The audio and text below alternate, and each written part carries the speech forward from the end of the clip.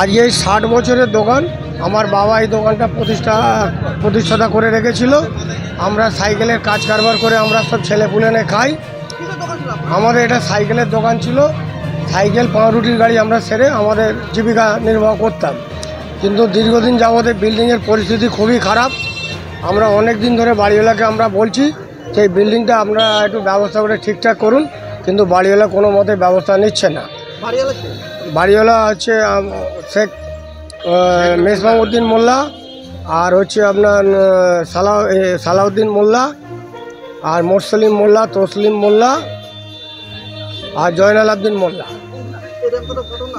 আজকে দীর্ঘদিন ধরেই এদেরকে বাড়িওয়ালাদের আমরা বলছি আপনারা বসুন, আমাদের এইটা একটা ব্যবস্থা করে দিন।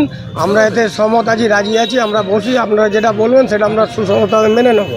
কিন্তু বাড়িওয়ালা ক্ষতি বলতে কি, আজকে হঠাৎ ভোর 5:30টার সময় আমরা বিল্ডিংটা হঠাৎ হুড়মুড় করে পড়ে যায়। আমরা এখানে সকাল 8টা সাড়ে 8টার সময় কাজ চালু করি, কিন্তু যদি আমরা সবাই থাকতো, আমাদের অনেক কাস্টমার থাকতো, তাহলে একটা বড় ধরনের একটা অঘটন ঘটে যেত। হয়তো 8-10 জন আমরা মারাই যেতাম এরকম একটা পরিস্থিতি। এটা বাঁকড়া পূর্ব মোল্লাপাড়া নেয়ার কোরআনিয়া মাদ্রাসার কাছাকাছি, পশ্চিম মোল্লাপাড়া, বাংলা পশ্চিম মোল্লাপাড়া, বাঁকড়া বাজার। আমার নাম শেখ মোজাহার আলী। আমরা 4 ভাই। আমার বাবা শেখ মনসুর আলী এই দোকানটা নিয়েছিল। আমার বাবা, আমার দাদা বড়দা শেখ পিয়ার আলী, দুজন মিলে এই কারবারটা পরিচালনা করতো।